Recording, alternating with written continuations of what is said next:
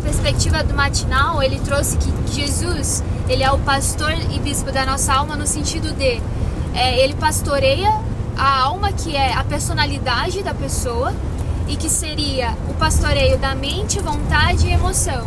Então Cristo pastoreia a mente, a nossa vontade e a nossa emoção. Aí quando eu li isso, eu linkei com 3 coisas, porque a gente chama Deus de Deus triuno. Gravando? Tô. A gente chama de Deus triuno, né? Eu pensei, Cristo pastoreia a mente, porque a Bíblia fala que a nossa mente é a mente de Cristo. A emoção seria o Espírito Santo, porque ele fala que o Espírito Santo é o nosso consolador e que intercede por nós por gemidos inexprimíveis. E a vontade, a Bíblia fala que a vontade de Deus é boa, agradável e perfeita, por isso nós escolhemos a vontade. Então, nessa perspectiva desse versículo, que ele é o pastor e bispo da nossa alma, qual que é a sua interpretação? Ele é o pastor e bispo da nossa alma, porque é a força do nosso espírito ligada ao Cristo que vai desenvolver as capacidades superiores da força do pensar, do sentir e do querer, que são as 3 forças da alma, as 3 forças fundamentais da alma. E quando diz que é o pastor, é uma imagem muito bonita, porque o que o Espírito faz é encaminhar estas forças, entendeu? É dar os limites da sua manifestação para que elas sejam manifestações positivas, elevadas. Então ele não vai deixar que essas forças se desencaminhem. Quando o Steiner na antroposofia vai falar... Se desviem nesse caso? Se desviam ou se desencaminham. Okay. O Steiner, quando ele vai falar de algumas das doenças psíquicas muito graves, ele vai falar do desenfreamento das forças da alma. O pensar cresce demais e aí você só vira um ser que pensa, você não sente mais e não tem vontade própria. Você vira um robô manipulado através do seu pensamento. Você fica condicionado. Condicionado, mas é mais do que isso. Você não tem mais sentir, você não tem mais amor para te guiar. Entendeu? E você não tem mais as suas tendências inconscientes, das quais o Espírito se manifesta para suas ações. As suas ações são guiadas não pela sabedoria divina atuando na sua vontade, a vontade de Deus Pai. Elas são influenciadas pelos seus pensamentos, que por sua vez são influenciados por coisas externas. Quando há um desenfreamento do pensamento, você se perde em toda essa bobagem, essa mentira, esse fake news, todos esses ismos, essas polaridades que existem no mundo atual, todo tipo de pensamento negativo.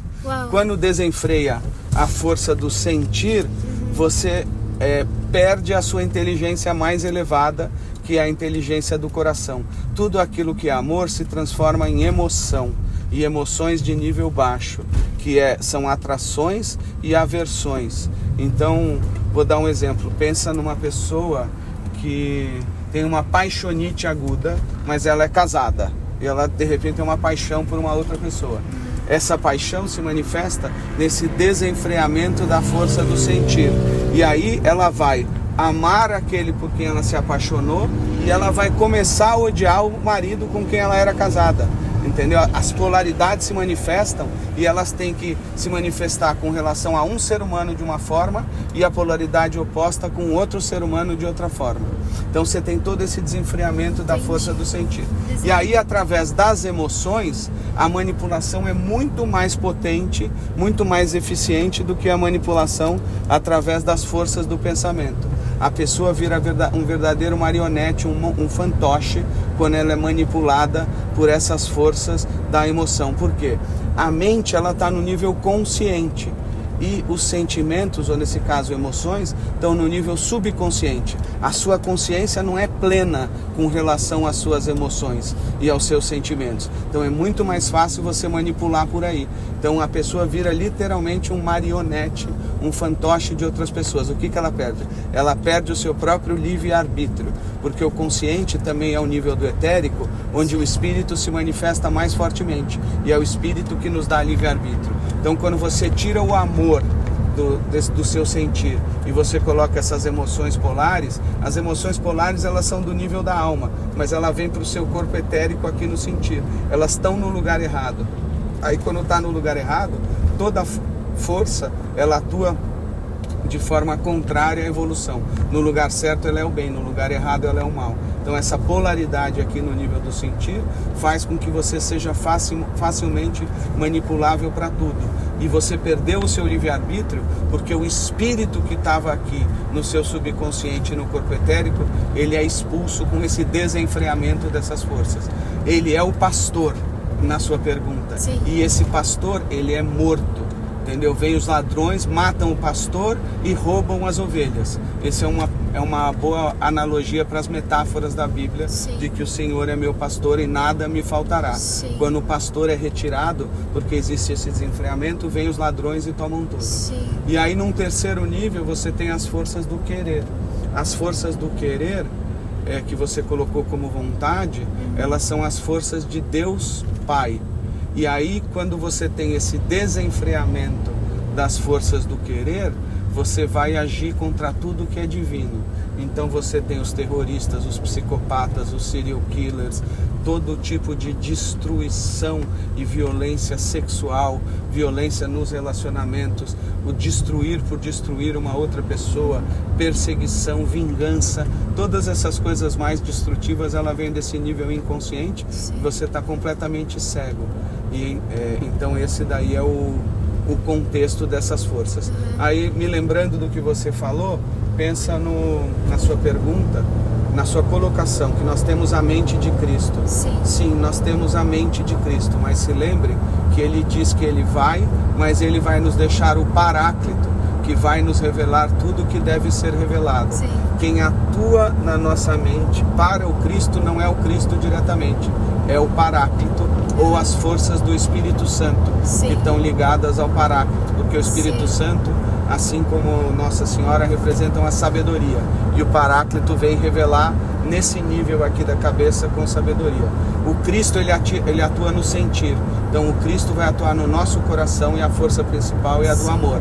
E aí no terceiro nível, que é esse nível da vontade, você vai ter as forças de Deus Pai, as forças divinas da criação. Todas as leis espirituais favoráveis à evolução e ao desenvolvimento humano vêm desse nível do inconsciente, que é essa vontade de Deus Pai. É a vontade imbuída de amor e sabedoria que explode na Trindade Divina. Na verdade não é explodir, isso é bobagem materialista da gente de pensar no Big Bang, mas que dá o primeiro impulso, essa é a palavra. Nada vem com violência do plano divino. Há um impulso de vontade que é amoroso e sábio a partir desse nível mais profundo de Deus Pai, do inconsciente, da Trindade, da unidade divina e manifesta, e é isso que gera toda a criação. Então esses são os níveis. Respondi a sua pergunta? Respondeu a minha pergunta com muita assertividade, muita clareza. Uma coisa que eu fiquei pensando aqui nessa questão é o Espírito de Jesus, né? Porque a Bíblia relata, Marcela, até perguntando, ele tem um versículo específico, e depois eu posso pegar aqui, mas que ele fala do Espírito de Jesus, e logo em seguida ele fala do Espírito Santo, que no caso, a gente até leu esses tempos, né, Wes? A questão do Atmani e tudo mais, e a gente viu que tem uma questão do Espírito de Cristo, que o Espírito Santo, na verdade, é como se fosse o Espírito de Cristo processado para nos receber. Para receber a gente, no caso, entendeu? Ele já existia, claro, ele sempre foi, ele sempre é, mas para que nós pudéssemos ter esse Espírito dentro de nós, foi necessário o processo de Cristo de morte e ressurreição. Então o Espírito Santo, na verdade, também é o Espírito de Cristo, é o Senhor Jesus. Por isso que eles citam como a mente de Cristo, mas é o Espírito Santo refletindo em nós. Então nessa perspectiva seria isso mesmo, né? Sim, dá para falar isso de qualquer forma, porque no fundo é a Trindade Divina. Pai, Filho e Espírito Santo são uma coisa só. Um é o outro todos são... Então se a gente quiser falar da pureza e da simplicidade do coração, tá certo falar dessa maneira. Entendi. Se a gente quiser falar com a precisão da ciência espiritual, que aí nos permite enxergar tudo de uma maneira, conectando tudo com tudo, aí a gente vai falar mais detalhadamente, como eu falei. Perfeito. Agora, pegando um pouco dessa questão do querer, né, que você trouxe aqui, que eu trouxe como vontade, você trouxe como querer. É a mesma coisa, eu só usei outra palavra. Sim, que é a mesma coisa, só outra palavra, exatamente. Eu fiquei pensando, você citou sobre os psicopatas, né? Quando nós temos a verdade, a palavra de Deus diz que a verdade, conhecereis a verdade e a verdade vos libertará, certo? Nessa questão dos psicopatas, eu já olhei pessoas que trabalham com isso e pesquisam sobre isso, sobre a psicopatia, e falam que eles não têm realmente nenhuma emoção. Eles não têm sentimentos, não têm nada.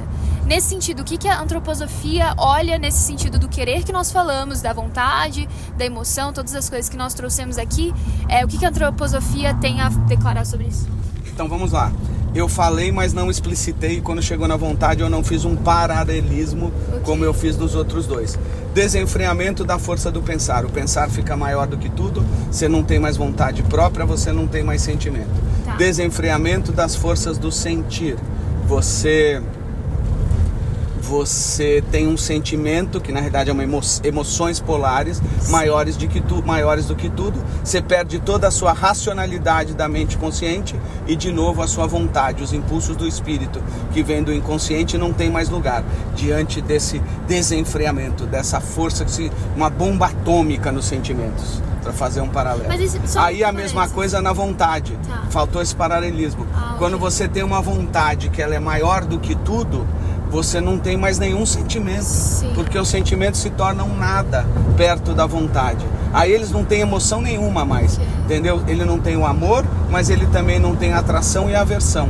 Ele tem uma frieza absoluta, e com essa frieza absoluta ele é capaz de modular, de criar a aparência de qualquer sentimento para manipular a outra pessoa. O psicopata é muito poderoso, porque como ele não ama, ele não sente, ele não tem nada, mas a vontade dele, ela é maior do que qualquer coisa, realizar as suas vontades, vamos dizer assim, qual é o nome que se dá para isso? As suas perversões morais do psicopata, entendeu? Uma vontade que ela é pervertida moralmente, é isso que o psicopata tem. Como só vale realizar essas vontades, ele é capaz de emular qualquer sentimento, simular, essa é a palavra que eu queria achar, para manipular qualquer outra pessoa. Então ele pode se fingir de vítima, Sim. ele pode se fingir de forte, de poderoso, de super-homem, ele pode fazer qualquer coisa. E ele é super inteligente, porque esse nível da vontade, ele é muito mais poderoso do que o nível do pensamento. E aí essa vontade que ele tem, ela é uma vontade que vai usar, da mesma maneira que ele não tem sentimento nenhum, ele no pensamento, ele é 100% egoísta. Então ele vai usar uma inteligência que é totalmente egoísta e que ela vai só considerar aquilo que é bom para ele. E aí ele fica super poderoso para as suas consecuções de ações que são más e que são para o mal, entendeu? E tudo isso, só voltando, tudo isso, nada disso pode acontecer, e tudo isso só acontece com a atuação de forças espirituais demoníacas. Por quê? O Senhor é meu pastor, nada me faltará. Sim. Ele foi expulso. Na hora que desenfreia a vontade, o nosso duplo maligno, o nosso sósia, que é o primeiro nível de uma força demoníaca mais perto do ser humano para tomá-lo, ela pode tomar o pensamento, pode tomar o sentimento, pode tomar a vontade da pessoa para fazer o que ela quiser. E esse sósia como porta, ele pode fazer com que qualquer outro ser demoníaco, Lúcifer, Ahriman, os Asuras, o demônio solar Sorra, ou os elementais da natureza negativos, como no caso da ayahuasca, eles entrem e tomem a consciência da pessoa. Tomar a consciência significa tomar os 3 níveis da alma: pensar, sentir e querer. No pensar, o menor mal, um mal maior no sentir e um mal total quando o querer é tomado. São os fenômenos de possessão espiritual com total perda de consciência da pessoa, em que o próprio corpo físico da pessoa é utilizado por entidades demoníacas e a pessoa não tem mais nenhuma consciência como ela tinha anteriormente, em que a consciência era da sua própria alma e do seu espírito. Ela passa simplesmente a ser um veículo, um envoltório para a atuação dessas forças. Tá, uma pergunta que gerou você falando isso, essa questão do desenfreamento que ocorre, ele está ligado a um processo ou está ligado já no nascimento? Porque numa entrevista que eu vi de uma cientista que ela falou sobre isso, ela falou que o psicopata, ele nasce psicopata. e que ele pode ser desenvolvido e que ele pode ser educado para que ele não faça coisas ruins, mas coisas boas, que ele use aquilo que ele tem como capacidade, né, as coisas, para algo bom e não ruim, e que isso depende 100% da educação, não sei se é 100%, mas que depende muito da educação, como essa criança cresce, porque já no início dos primeiros anos ali, já é notado os traços de psicopatia na criança, né? Então, esse desenfreamento que você trouxe é algo que é um processo mesmo, ou é algo a antroposofia vê como algo que também já está intrínseco, assim como a ciência? Então vamos lá, primeiro, esqueça tudo da ciência moderna. Você não tem nenhuma referência válida em nada da ciência moderna.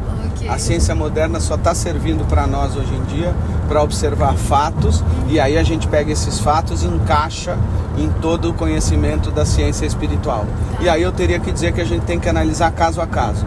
Normalmente, quando eu ouço um psicólogo falando, como você trouxe, vem diretamente dele, eu imediatamente escaneio a consciência desse psicólogo, e eu posso pegar num vídeo de 5 minutos ou de 10 horas, eu posso te dizer cada erro no raciocínio dele, na forma dele de pensar, todos os desvios de consciência que ele tem, avaliando tudo errado em função de ter uma visão materialista, entendeu? Entendi. Mas nesse caso agora não dá, porque teria que ser caso a caso, entendeu?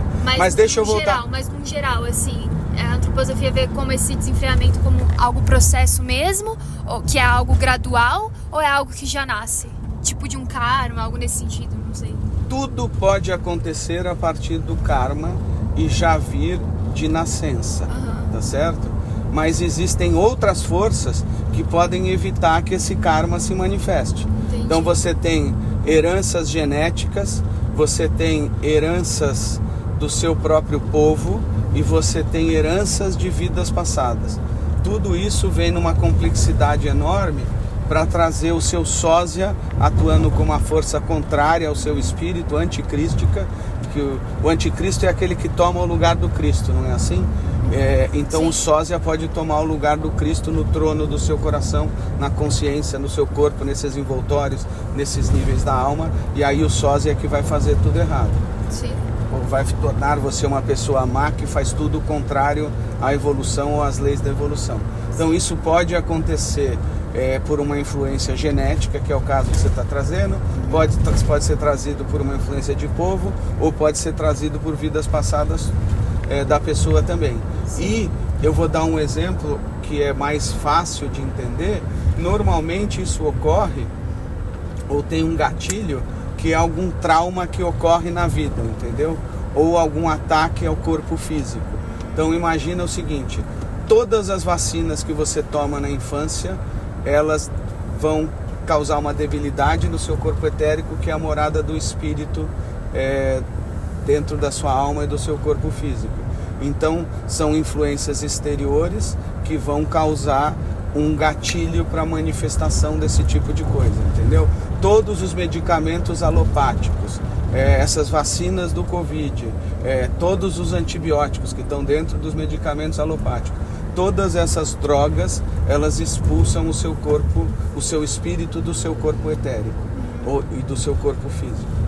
E aí você pode pegar um exemplo, que é o exemplo mais claro que o Steiner dá do desenfreamento das forças da alma, que é no caso de uma iniciação mal sucedida. O que é uma iniciação mal sucedida? Quando você, sem ter órgãos espirituais formados, sem ter a maturidade espiritual adequada, vale dizer, sem ter as forças do espírito atuando no seu pensar, sentir e querer, você toma uma droga como a ayahuasca, por exemplo, sim, que faz você acessar o seu subconsciente, o seu inconsciente. Essas forças que vêm descontroladas do seu chakra inferior, chakra primeiro e segundo, que é do inconsciente, ou mesmo do seu subconsciente, já sim, no nível do coração, quando você está despreparado, essas forças vão fazer com que o seu espírito seja expulso, e aí uma dessas forças ou todas essas forças ao mesmo tempo, elas fiquem nesse nível de descontrole. A minha pergunta, porque a gente falou dessa questão de desenfreamento, a gente entendeu as questões das heranças, do karma, da família, da tribo, essas coisas todas. Mas a minha pergunta eu acredito 100% que o sangue de Cristo, ele liberta. que ele pode transformar, que ele pode curar, né? Em todos esses sentidos, tanto no que você pensa, pensamentos, querer e emoção que você falou. Pensar, sentir e querer. Então, eu creio 100% que nesse caso que a gente trouxe, né, esse exemplo da psicopatia, eu creio 100% que Cristo pode, de alguma forma, libertar, transformar e curar, né? Nesse sentido, é a mesma linha de raciocínio? Então, ele do pode... sangue de Cristo? Ele pode tudo, mas se lembre que algumas almas, elas se desencaminham tanto que elas vão ter que ir até o fundo do poço primeiro, depois elas vão ter que percorrer todo um árduo caminho de volta, com muito obstáculo, com muito sofrimento, até voltar à luz que elas deixaram, entendeu? Então tudo é possível, às vezes não é numa vida só. Com esse exemplo que eu te dei da iniciação mal sucedida, o Steiner diz uma frase que ela é muito poderosa, assim, ela é muito sóbria. Ela é muito solene, essa frase dele. Ele diz o seguinte: para aquelas pessoas que tiveram uma iniciação mal sucedida, que pode levar à psicopatia, na vontade é psicopatia, faltou falar isso. Na vontade é psicopatia, no sentir é o que a psicologia chama de borderline, e no pensar é o que a psicologia chama de esquizofrenia ou outros distúrbios nesse nível. E atrelado a tudo isso, você pode ter paranoia e outros distúrbios também, outros sintomas. Mas o que o Steiner vai dizer é o seguinte: por muito tempo não se pode ter esperanças que tudo volte ao normal para uma pessoa que passou por esse desenfreamento das forças da alma, entendeu? Então pode acontecer de voltar. Sim. Esse por muito tempo podem ser meses, podem ser anos, podem ser vidas, entendeu? Não dá para saber. Acho que a gente... Aí cada ser humano tem todo esse conjunto de forças que moldam o karma dela, né?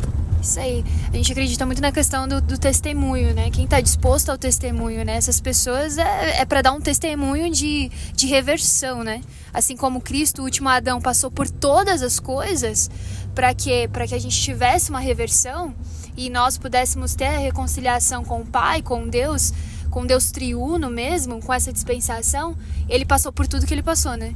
Com todos os sofrimentos, e ainda foi como ovelha muda levada ao matadouro.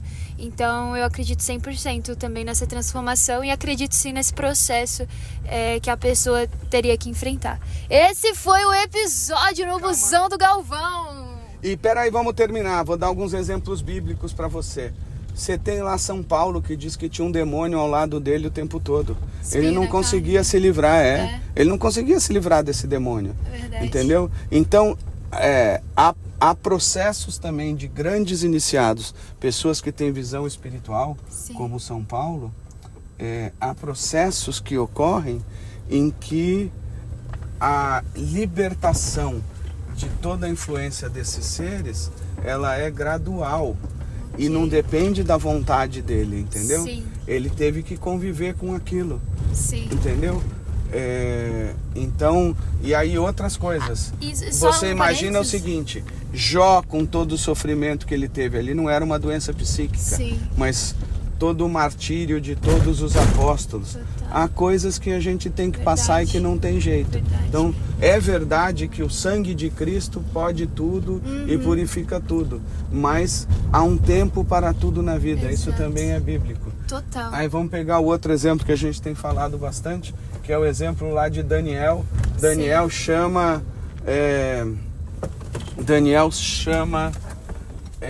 São Miguel. E São Miguel diz: eu ouvi o seu chamado no primeiro dia. Sim, 21 dias depois. Mas eu só cheguei 21 dias depois porque o príncipe da Pérsia me atrasou. O príncipe da Pérsia é uma referência a Ahriman, Satã, que é o príncipe dos obstáculos. Um exemplo lindo na Bíblia de como ele se manifesta como obstáculos, né? Sim. Então, tudo isso acontece também. Você tem que enfrentar as forças negativas, e esse enfrentamento destas forças negativas é algo que ocorre nessa dimensão temporal, do tempo e do espaço. Então, sim, tudo é possível, Sim. mas há um tempo para tudo na vida, resumindo. Exatamente, eu creio 100% nisso, porque Paulo, quando ele vai pedir para tirar esse espinho da carne, ele entende que a graça de Deus basta, né? Então, ele fala que Jesus fala, olha, a minha graça te basta. Então, em todo momento dessas tribulações, dessas guerras, a gente entende que essa graça nos basta, né? Nossa, então, que lindo isso. sim. Isso eu não me lembrava, obrigado. Então, Mas é exatamente isso. Sim. É a graça que deve nos bastar mesmo. Exato. Porque a tribulação é a encarnação da graça. Então toda tribulação é para que essa graça se manifeste e seja suficiente para nós, né? Então eu acredito 100% nisso. E é isso, Marcelo, você tem mais alguma coisa para acrescentar nesse nosso primeiro episódio? Só um abraço pro Betão, valeu demais, Shalom Adonai. Valeu demais, Shalom Adonai.